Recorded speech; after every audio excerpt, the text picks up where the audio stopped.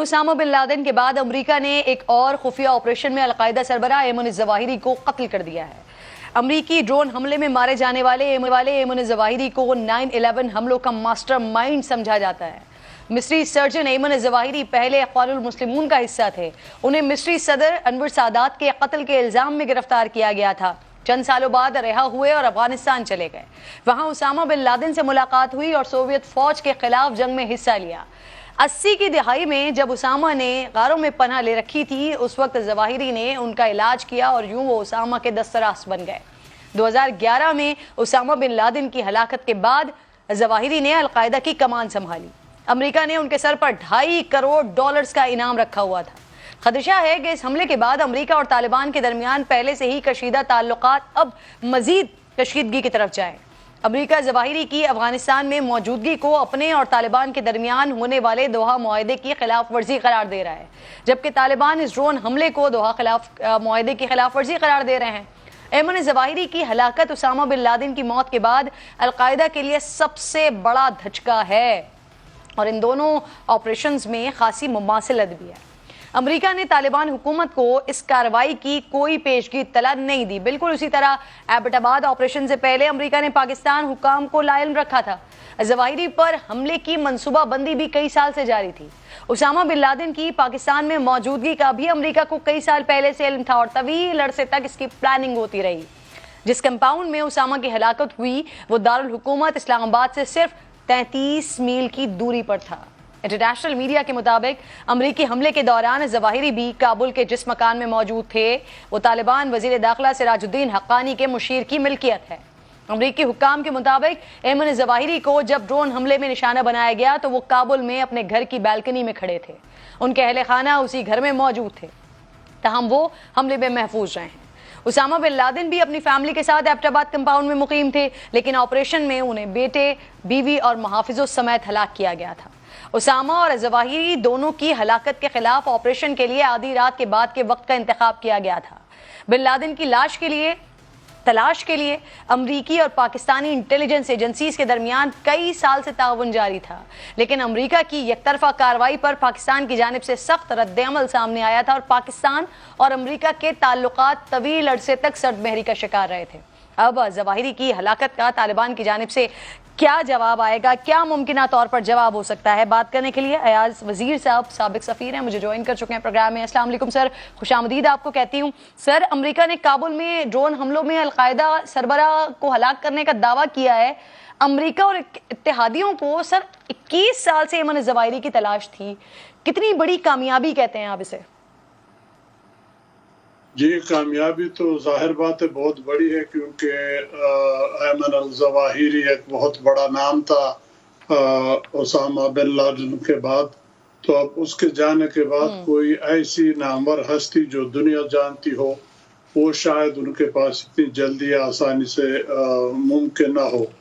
اور لیکن ایک بات یہ بھی ہے، امریکہ نے اس سے پہلے بھی کئی دعوے کیے تھے ایمن الظواہری کو مارنے کے، تو اب اس مرتبہ بھی آئی ڈونٹ نو، طالبان نے یہ تو کہا ہے کہ دھماکہ ہوا ہے، لیکن افغانستان یا طالبان کی طرف سے اس کی کنفرمیشن نہیں آئی۔ یہ تو امریکن صدر نے کہا ہے، اس کو ہم مان رہے ہیں کہ ہو گیا، لیکن بہرحال دیکھیے اگر ہو گیا تو بہت بڑا دھچکا ہے القاعدہ کو، اگر نہیں ہوا تو یہ ایک اور اسی طرح پروپیگنڈا ہی سمجھا جائے گا جیسے پہلے ہوا تھا۔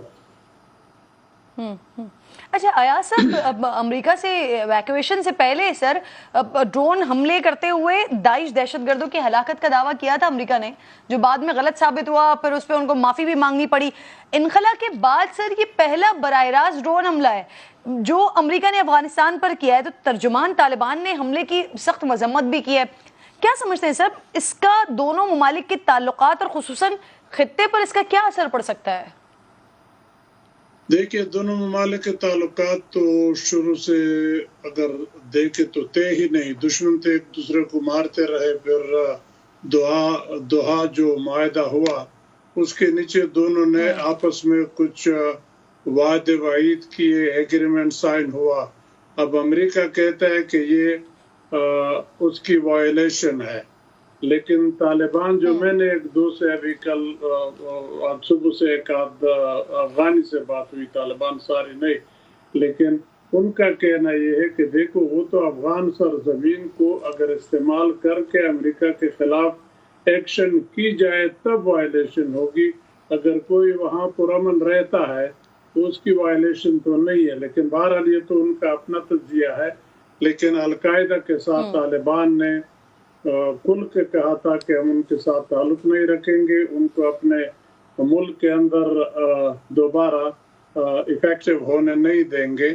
تو یہ تو ظاہر بات ہے، اگر سراج الدین حقانی کے ایڈوائزر کے گھر میں رہائش پذیر تھا تو ظاہر بات ہے ان کو معلوم تھا کہ کون یہاں آیا ہے اور کس مقصد کے لیے آیا ہے، تو ایک اچھی بات اس لحاظ سے تو نہیں تھی۔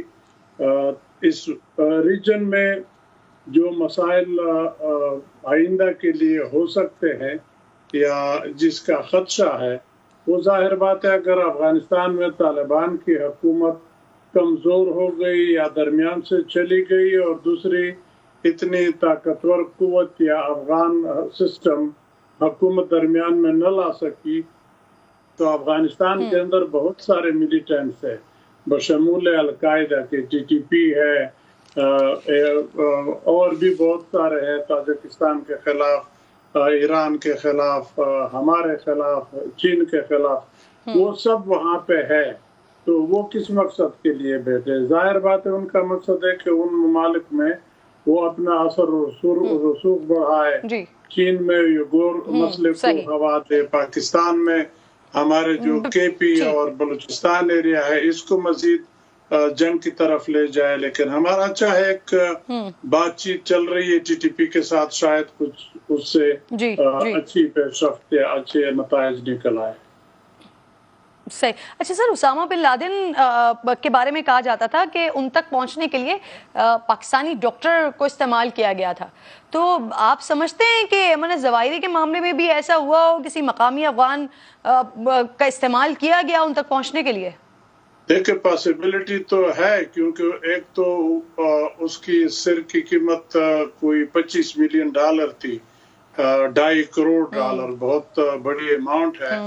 تو یہ پاسبلٹی ہو سکتی ہے کہ کسی نے جاسوسی کی ہو، سی آئی اے کو بتایا ہو، یا سی آئی اے کے اپنے بھی وہاں پہ بہت سارے اہلکار ہوں گے، کیونکہ 20 سال وہاں پہ رہے ہیں، تو ظاہر بات ہے جب جا رہے تھے تو کچھ اپنے لیے سامان تو پیچھے چھوڑ گئے ہوں گے۔